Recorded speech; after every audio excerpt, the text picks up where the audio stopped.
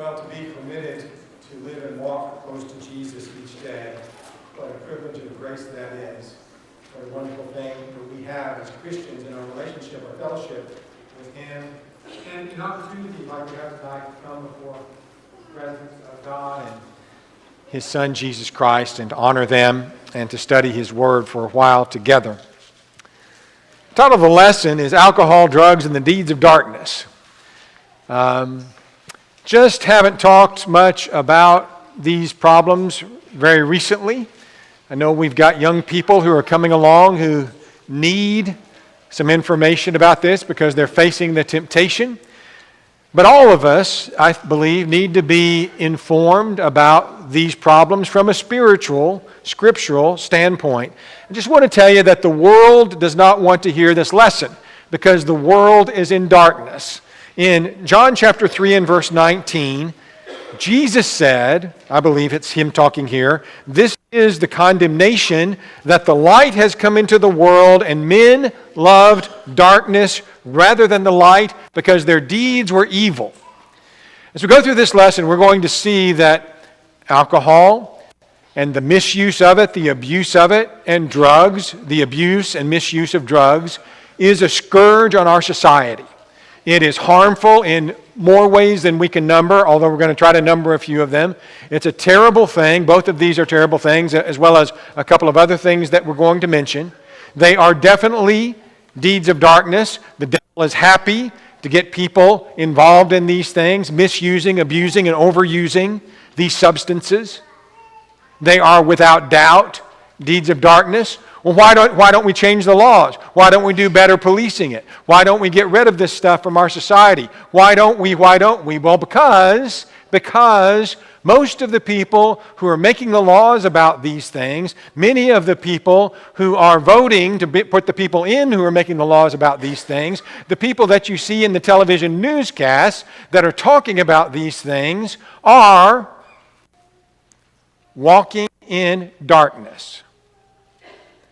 And they don't want to hear the light on these topics. It's as simple as that.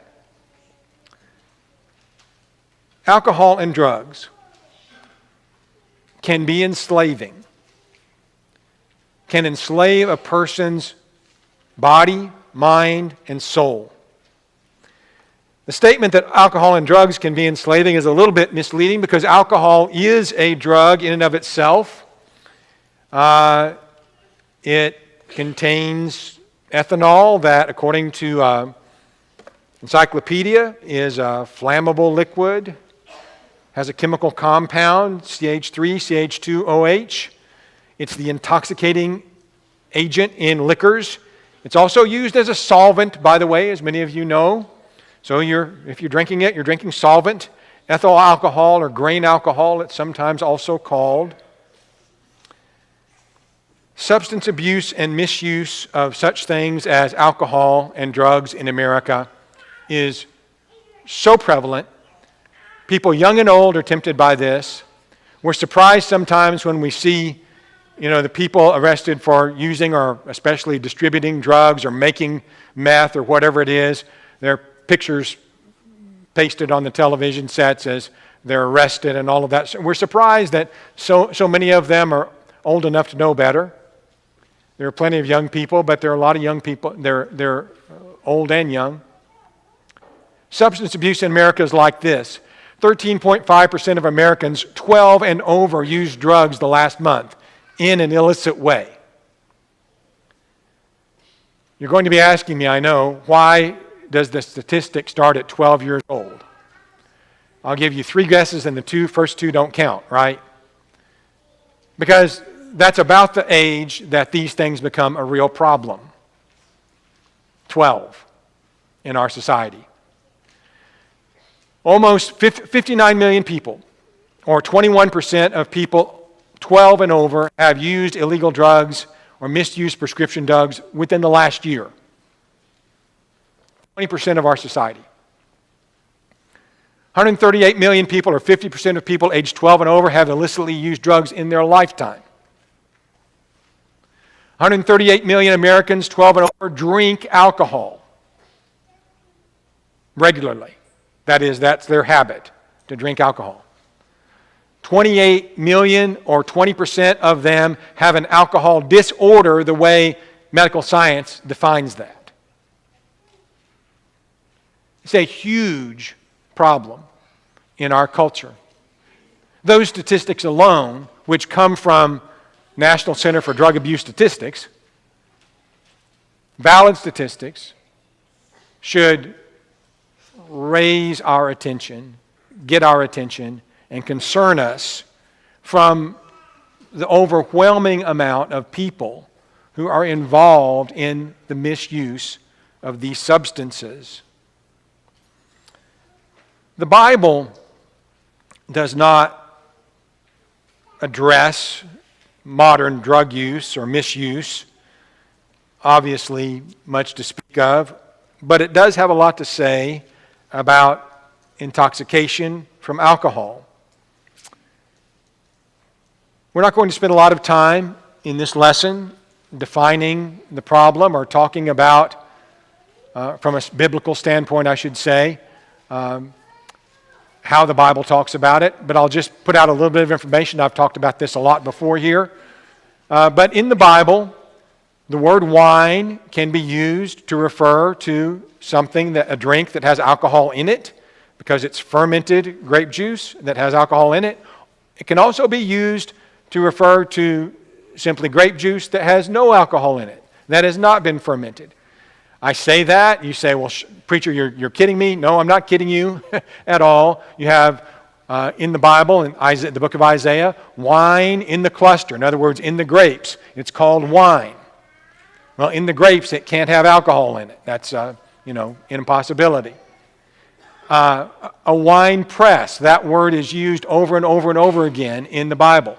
Well, when you press the grapes, wine doesn't come out alcoholic, okay? You press them, and then you set it up for a long time, and it ferments, and that makes the alcohol, okay? So when it's being pressed, it's not alcoholic. The very word wine press is, if it were all alcoholic, it would be a misnomer, right? It would be a contradiction in terms. But that's what it's called. And so all over the Bible, the word wine is definitely used to refer to something that doesn't have alcohol in it. It's also used all over the Bible to refer to something that does have alcohol in it. And that needs to be determined usually by the context. You can tell what kind of wine, if you will, is being talked about. Just another note about Bible wines, and then we'll get on to some of the, I think, more important things for our lesson tonight. Because of the fermentation process as it occurs naturally, the very most that naturally fermented wine can have as far as alcohol content is somewhere between 8 and 10%. And if in Bible times it had as much as 7 to 10%, it wasn't even called wine anymore. It was called strong drink. You have this word for strong drink. It's found often in the Bible, sometimes called intoxicating liquor or something like that, or intoxicating wine. Most wines had somewhere between 2 to 4% of alcohol content.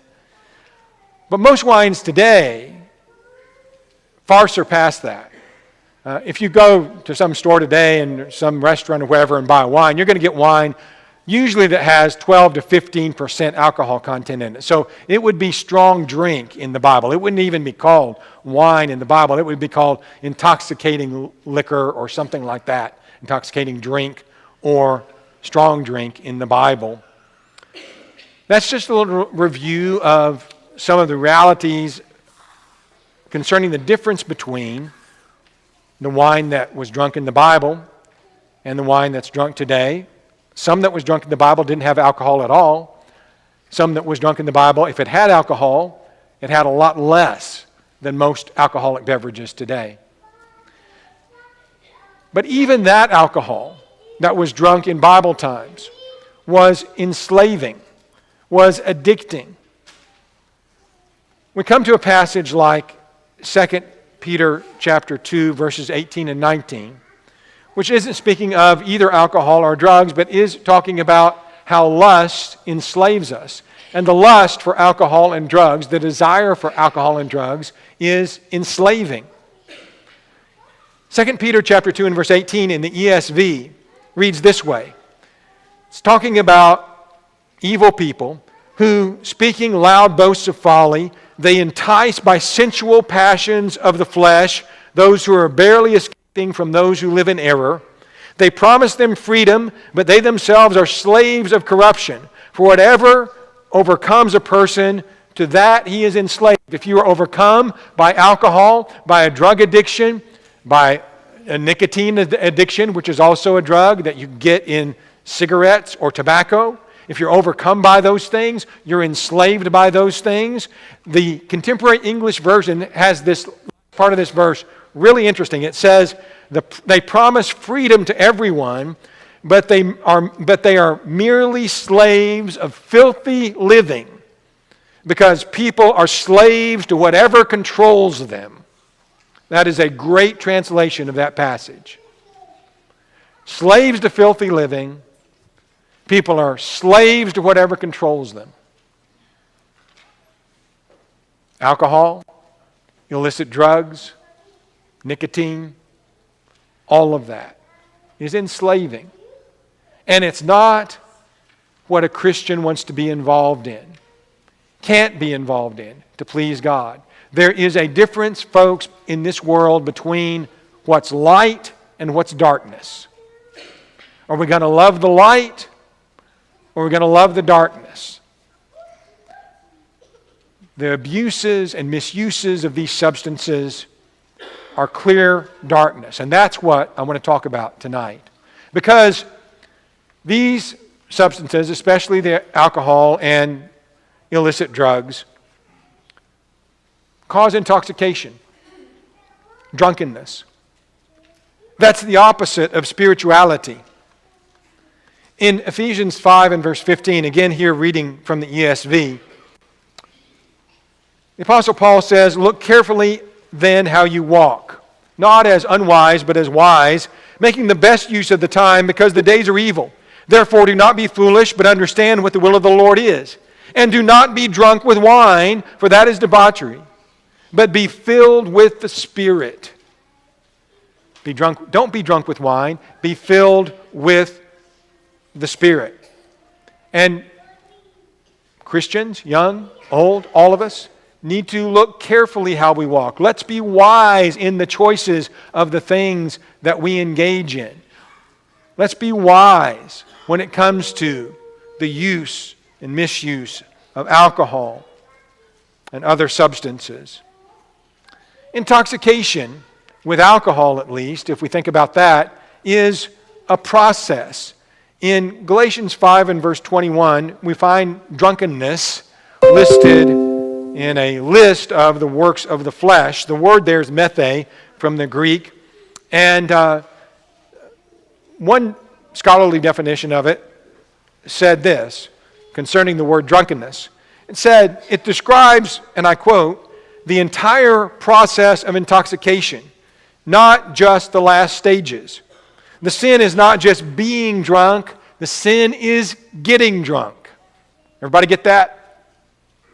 Somebody says, well, here's a person and, he's out in the gutter and he's passed out and he be drunk. So now he's in sin, right?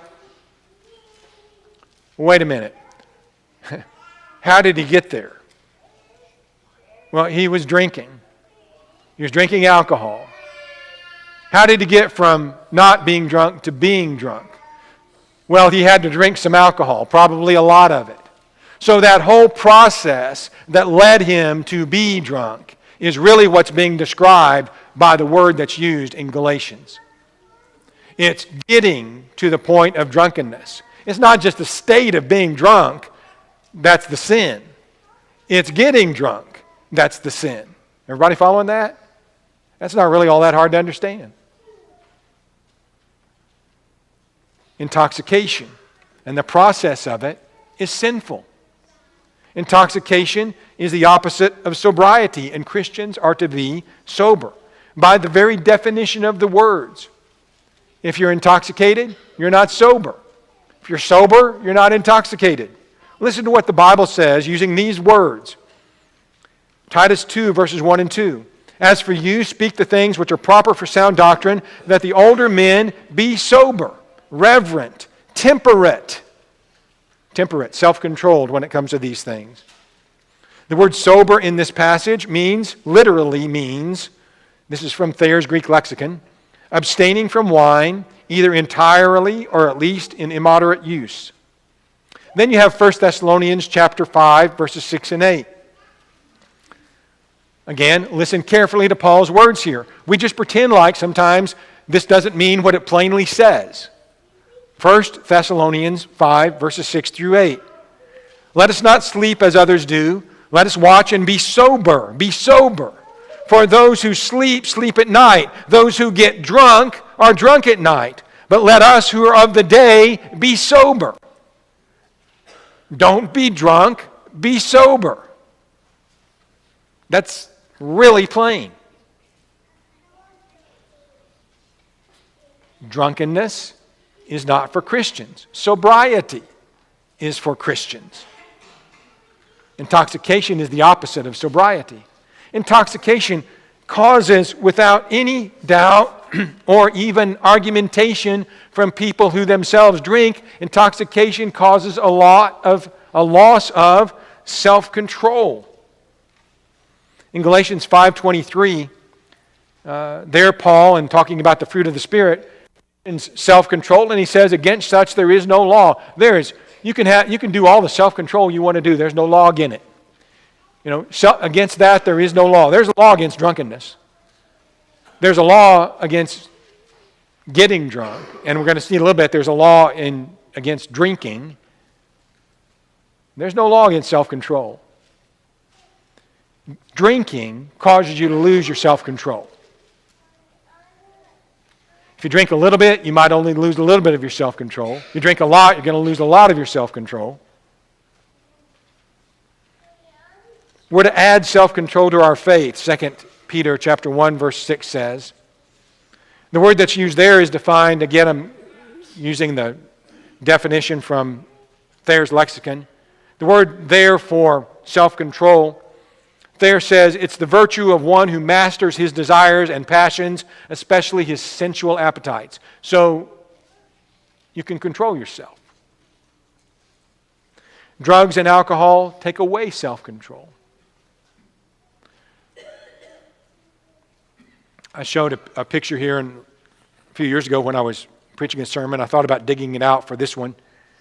But it was a picture of a bottle of beer, printed on the label, the perfect beer for the perfect beer for not saying no, or something like that, for whatever comes next. So it's the whole idea of even the people who sell it are recognizing that you drink this, you're going to lose some of your inhibitions. You're going to lose an amount of self-control. In Proverbs chapter 23 and verse 29, the wise man is describing a person who has drunk too much. He says, who has woe, who has sorrow, who has contentions, who has complaints, who has wounds without cause, who has redness of eyes, those who linger long at the wine, those who go in search of mixed wine. How does a person get into a fight, wake up with bruises all over themselves, wake up with people, being their enemies? They don't even know why they're enemies. They don't know where these bruises came from. Not only did they lose self-control, they lost all memory, probably, of losing self-control. That's what's being described here. Intoxication profanes our priesthood. In the Old Testament, of course, priests, as they engaged in their priestly functions, were forbidden from drinking wine. We in the New Testament are priests. We're not specifically told as priests, when you're doing your priestly duties, don't drink wine, because we're always doing our priestly duties if we're priests of God. We are told in 1 Peter 2 and verse 9, we're a chosen generation. We are a royal priesthood, a holy nation.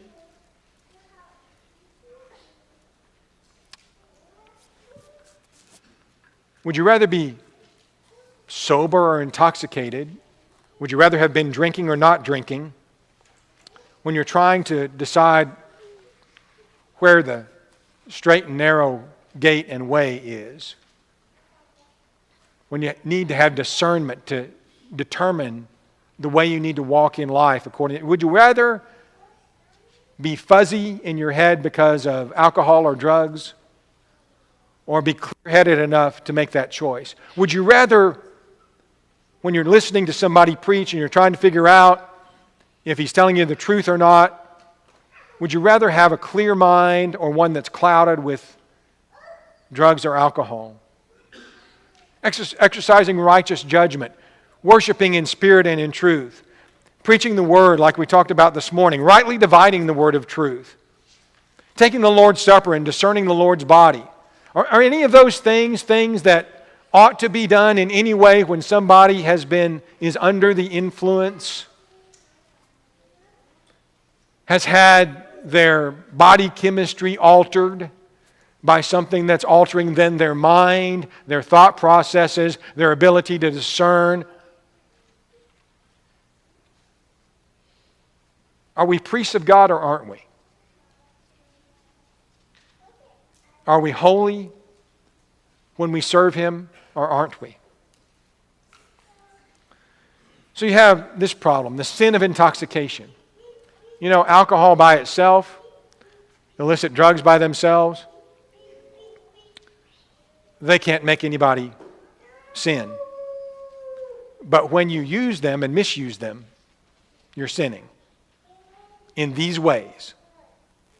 In these ways. What about the sin of willfully harming the body?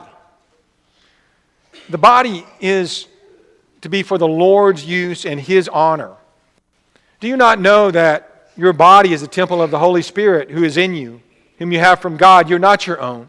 You're bought with a price. Therefore, glorify God in your body and in your spirit, which are God's. Our bodies are for glorifying God. They're the temple of God. And perhaps referring to a different kind of temple, but still the same principle, you see in 1 Corinthians chapter 3 and verse 17, Paul saying, if anyone defiles the temple of God, God will destroy him. God has given you a temple, your body, don't defile it.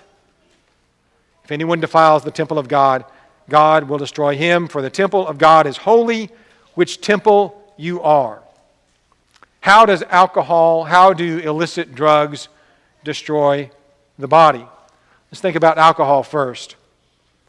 According to the National Institutes of Health, which I think is a very reputable, authoritative health organization, according to the National Institutes of Health, when it comes to the brain, alcohol interferes with brain communication pathways, can affect the way a brain works, and can cause permanent damage to the operation of the brain. It affects your liver. Drinking takes quite a toll on the liver, and that's pretty common knowledge, I think, among most people. It can lead to a variety of problems, including inflammation, cirrhosis, fatty liver, alcoholic hepatitis, fibrosis, cirrhosis, on and on. Lots of problems there. It can harm the pancreas. Alcohol causes the pancreas to produce a number of toxic substances that lead to things like pancreatitis and so on. It is a leading factor in quite a number of cancers, including stomach cancer and others. It harms the immune system. All of these proven scientific medical facts. According to the World Health Organization, which again is a fairly reputable organization, alcohol, listen to this, is a causal factor in more than 60 major types of diseases and injuries and results in approximately 2.5 million deaths every year. 2.5 million deaths That's the World Health Organization's figure. That accounts for more deaths than HIV, AIDS, or tuberculosis in a year. 4% of all deaths worldwide, according to who? According to the World Health Organization. 4% of all deaths worldwide are attributable to alcohol. The harmful use of alcohol, young men, listen to me, is especially fatal for younger age groups. Alcohol is the world's leading risk factor for death among young males. The number one risk factor for death among young males is alcohol. I'm telling you, it's in the darkness. It's a terrible thing. And again, virtually the entire world winks at it, pretends like it's not a problem, takes money from it to support sporting events. It's plastered all over the place as something that's good to do. All because, where's the world again? It's walking in darkness.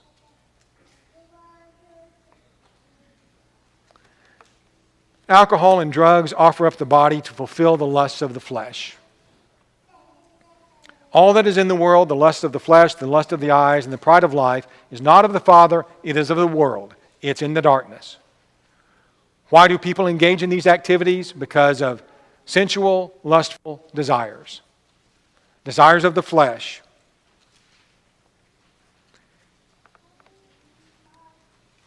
Living in lust prevents us from having the mind of Christ. I'd like you to turn in your Bibles. I've been looking at several verses, but look at 1 Peter 4 with me for a minute. I go to 1 Peter 4 a lot to talk about what's wrong with drunkenness and drinking. But I want to back up in this context with you just a minute and notice something that it's really getting at, maybe that I haven't focused on enough, we haven't focused on enough, reading the passage. The context always helps a lot. 1 Peter 4, started in verse 1. Therefore, since Christ also suffered for us in the flesh, arm yourselves with the same mind. For he who has suffered in the flesh has ceased from sin. So he's talking about Christ was willing to go through whatever he needed to go through and was able to overcome sin. And if we could do that, we could overcome sin as well. He who has suffered in the flesh has ceased from sin, that he no longer should live the rest of the time in his flesh to the lusts of men, but to the will of God. So we're not doing those evil desires, those things the world is doing. We're not doing those anymore. We're living for Jesus. For, verse 3, we have spent enough of our past time in doing the will of the Gentiles when we walked in, guess what? Lewdness, lust, drunkenness, revelries, which are wild drinking parties, and then drinking parties, which are like just getting together and drinking. We've spent enough of our time doing that. That is all in the darkness. That all is to be in the past. If we are to be like Christ, have the mind of Christ, that's what the context is talking about, the mind of Christ, who suffered to overcome sin, we can't be doing those things. Drunkenness, revelries, and drinking.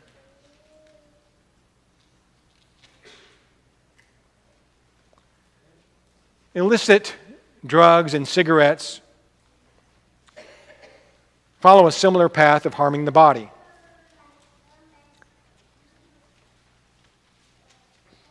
In Galatians chapter 6, verses 7 and 8, the Bible states this truism. It's applied to a lot of things in Scripture. But basically, that we reap what we sow. Paul says, do not be deceived. God is not mocked, for whatever a man sows, that he will also reap. He who sows to his flesh will of the flesh reap corruption. He who sows to the Spirit will of the Spirit reap everlasting life. What does that have to do with drinking, misusing drugs, smoking tobacco? What does it have to do with that? Well, all three of those things we've just proven are things that are shown, are things that if you engage in those things, it's going to harm your body. And you will, if you live long enough, reap what you have sown.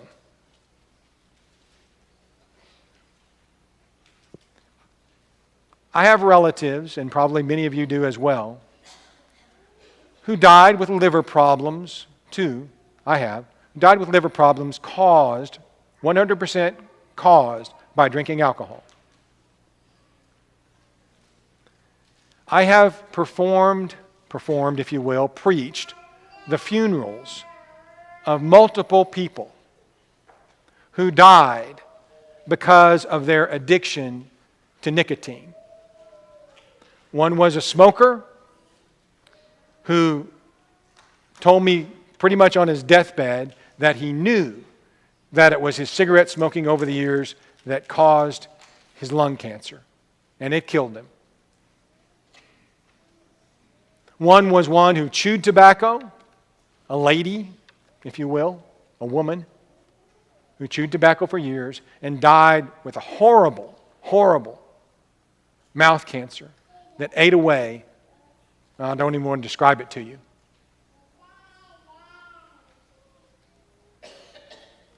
We reap what we sow. Of course, what this passage is talking about is more than just the literal. If you sow this, that's what you're going to reap. You abuse your body's not going to hold up. You're destroying the temple of God. But the passage really is not even aiming at that, of course. It's talking about spiritually. What is true is this. When we focus on the flesh and pleasing our flesh and doing what our flesh wants to do, like drinking alcohol, engaging in drugs because they make us feel good, or we want to experience that high, or whatever it might be. We smoke because we think it looks cool, because we like it. The corruption that we will ultimately reap is not physical death. It's spiritual death. That's what Paul's talking about. You sow to the flesh, you'll have the flesh reap corruption.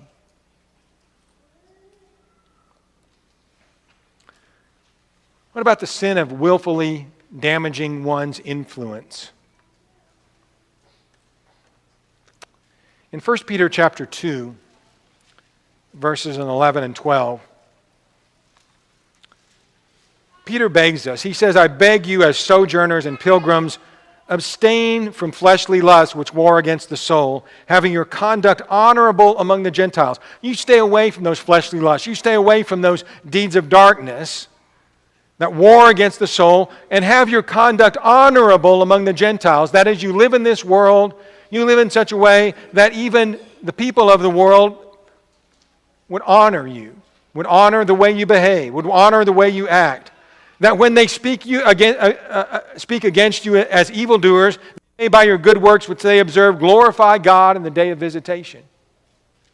Abstain from fleshly lusts which war against the soul. Have your conduct honorable, which is to say, if I could break that down, be a good influence. Be a good influence in this world. And I'm just going to tell you, you are not going to be a good influence in this world if you are drinking alcohol, misusing drugs, and smoking, or vaping, as the case may be. You're going to submarine your influence.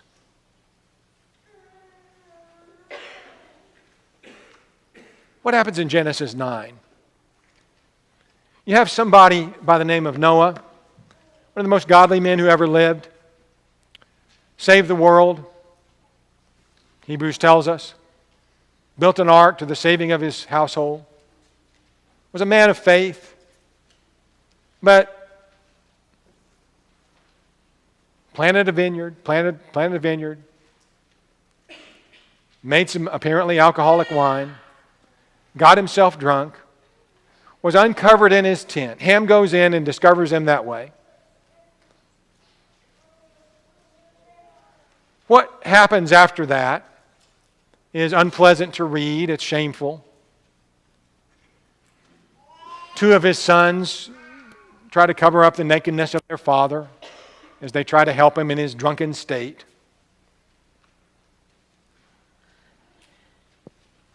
I don't know, the Bible doesn't tell us. But I just suspect that the way those three sons saw their father for the rest of their lives was much different.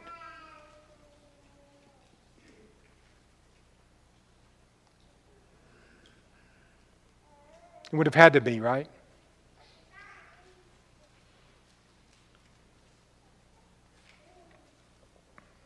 Back in 1 Peter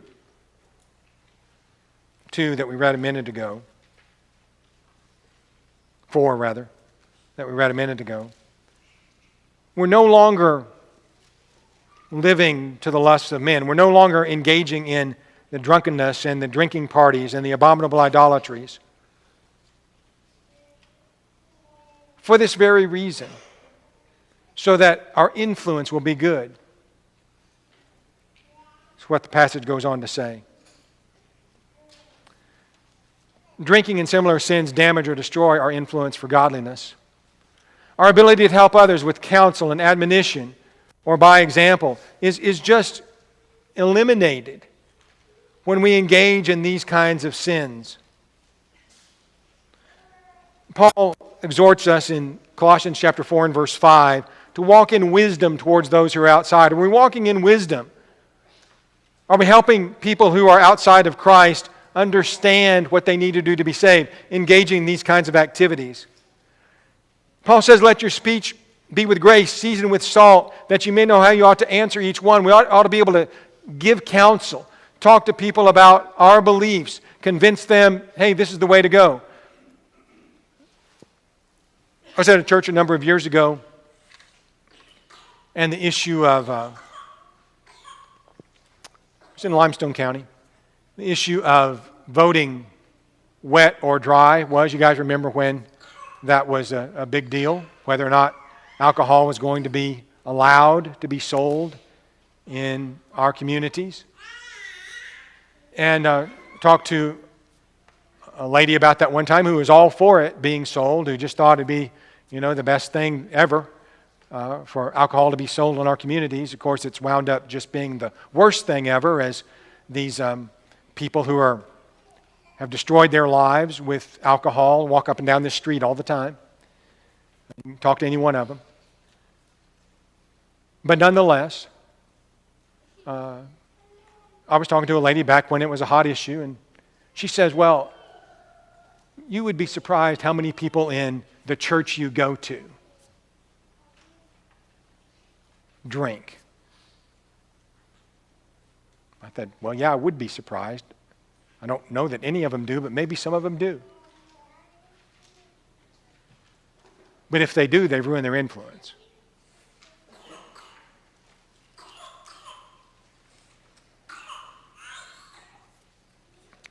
Have no fellowship with the unfruitful works of darkness, but rather expose them. Ephesians 5 and verse 11.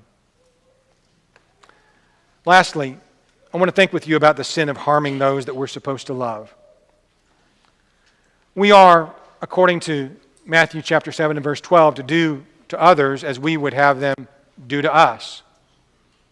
And Jesus says in Matthew 22 and verse 39 that the second of greatest commandments is to love your neighbor as yourself. Are we doing that when we drive under the influence? Oh, I don't mean be legally drunk. I just mean you drink a little bit and it automatically impairs your judgment, your reflexes, all of that you need to drive safely. Are we considering our neighbors, loving them as ourselves when we get behind the wheel of a car, having had a drink or two or three or four? Obviously not. Obviously not. Driving under the influence is the opposite of loving our neighbor.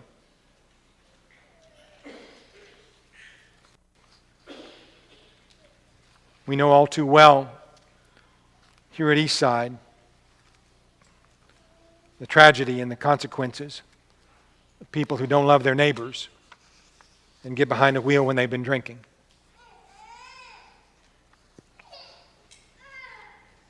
drinking and drug abuse multiply all sorts of injustices against our neighbors. Statistics overall, and I won't bore you with all of the facts and figures, but what are the kinds of things that happen because people use drugs, illegal drugs, get themselves high, or drink alcohol, get themselves inebriated and intoxicated? What are some things that happen as a result of that? Domestic violence. Just talk to the policemen. They'll tell you any time, almost every time, they roll up on some domestic violence situation, there's either been drinking or drugs.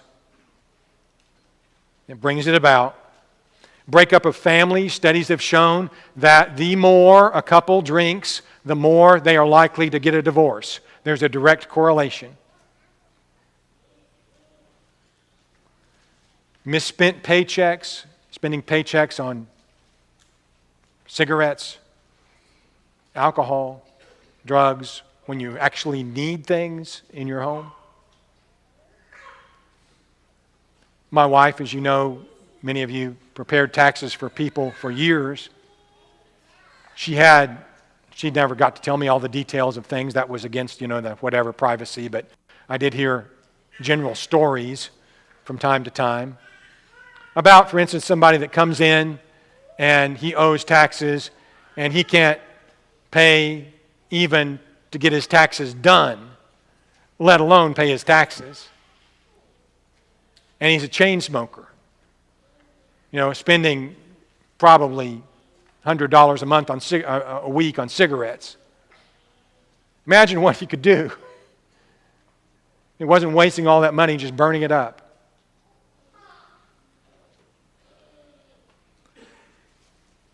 Drinking, drugs, risky sexual behavior, the spread of diseases like AIDS and sexually transmitted diseases directly connected to drugs and alcohol. There's, again, a direct correlation. The more you do those things, the more likely you are to have a sexually transmitted disease. And on we could go. There's a lot of darkness in this world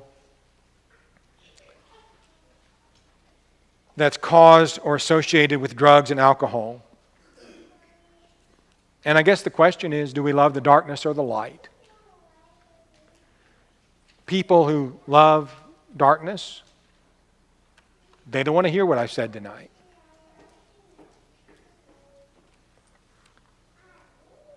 It may be that you have some objection to what I've said tonight. Maybe I've misrepresented something. I've tried not to. I've tried very hard not to. But the reality is, these are deeds of darkness, no matter how you slice it. Wine is a mocker, and strong drink is a brawler, and whoever is led astray is not wise. Whoever led astray by it is not wise. Don't let it lead you astray. Thank you for your good attention tonight. Hope the lesson's been informative, challenging, something that you could use to help yourself, maybe particularly to help others overcome these temptations. The world is full of darkness. It's full of temptation. Christ invites us into the light. If we walk in the light as He is in the light, we have fellowship with one another, and the blood of Jesus cleanses us from all sin. That's the life I want. I know it's the life that many of you want. If it's the life that you want but you haven't chosen it yet, now's the time. Why not? Choose to walk in the light in every way.